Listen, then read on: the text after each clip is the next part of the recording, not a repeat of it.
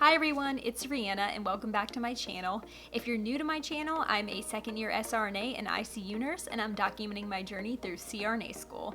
I'll be graduating in May 2020 and I'll be making videos showing you what it's like and taking you along for the ride.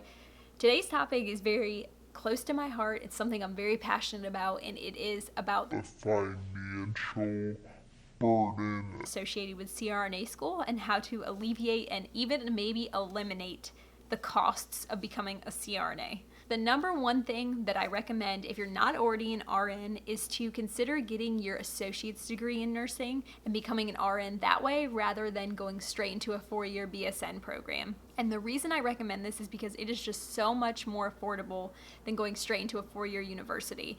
You can get your associate's degree in 2 to 3 years.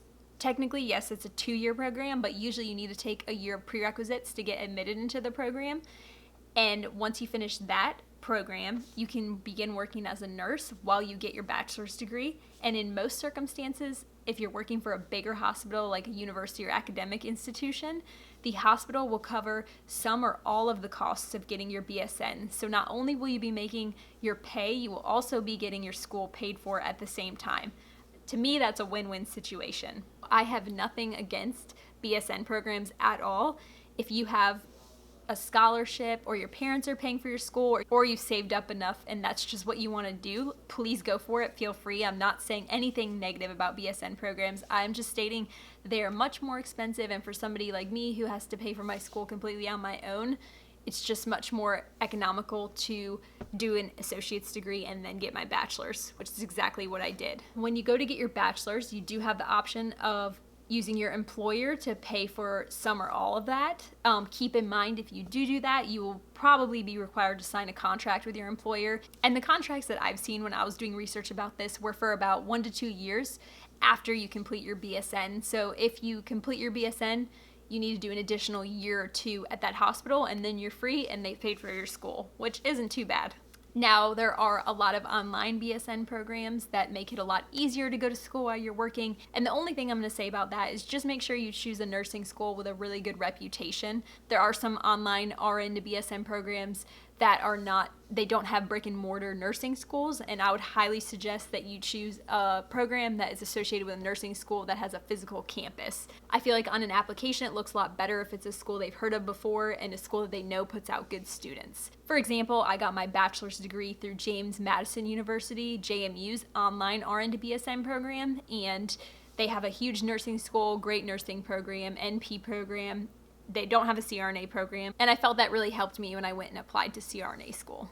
Now, when you're done with your bachelor's and you're thinking about CRNA schools, you do want to pay attention to the cost, and a lot of them are very expensive. That just naturally, CRNAs get paid a good amount of money, so the school becomes expensive. There's a lot involved with clinical planning, and there's a lot of reasons that the school's expensive. One way that you can find a less expensive school is by going to an in-state school that is not a private institution. So what I mean by that, for example, is you could, if you live in Virginia, I'm just using this example because I'm from Virginia, but VCU, Virginia Commonwealth University, is one of the least expensive CRNA schools, and especially if you're a Virginia resident and you get in-state tuition.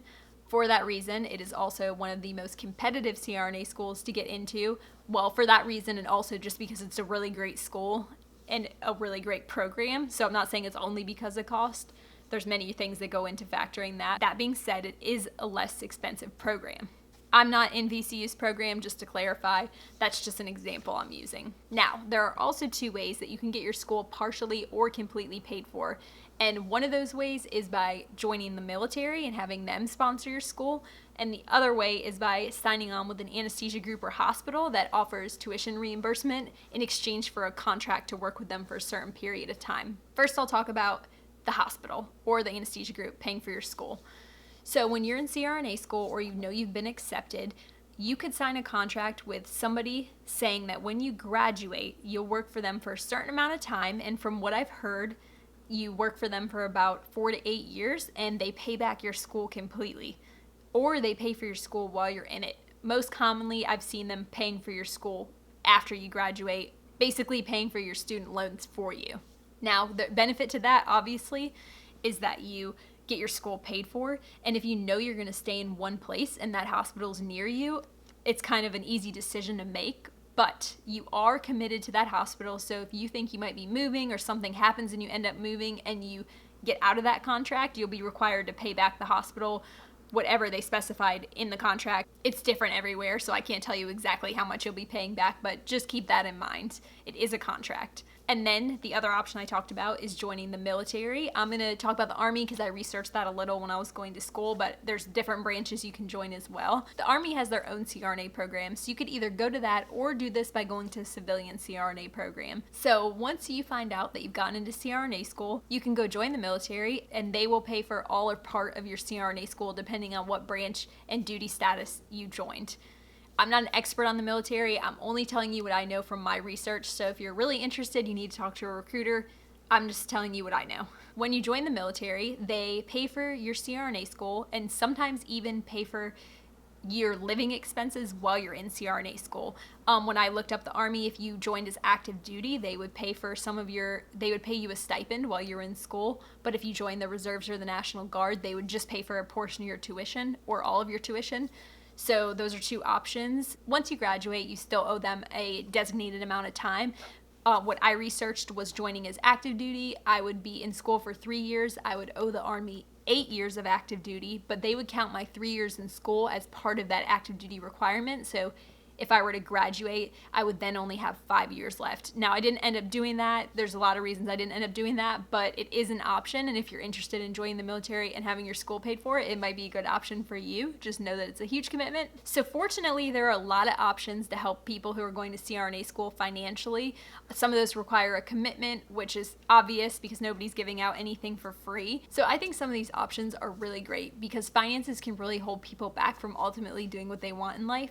And becoming a CRNA can be really expensive. And I think that's what holds a lot of nurses and people interested in nursing and becoming a CRNA back. It's just so scary to think you're going to owe all this hundreds of thousands of dollars in tuition when there's many ways around that. Another way around that is by budgeting before you go to anesthesia school and being a nurse and just saving your money, which is what I did. And I'm going to talk to you about my finances and my financial journey to CRNA school in another video. But this video was just to broadly cover all the financial options when going to CRNA school. I really hope you found this video helpful. If you have any comments or video recommendations, please leave them below. If you have any questions about anything I've covered, please feel free to ask. And as always, thank you guys so much for watching. If you would like to continue watching me on my journey through CRNA school, feel free to subscribe. And if you like this video, please give it a thumbs up so that I know that you liked it and I'll keep making content like this for you guys. All right, I'm off now to study cardiac, but I will see you soon.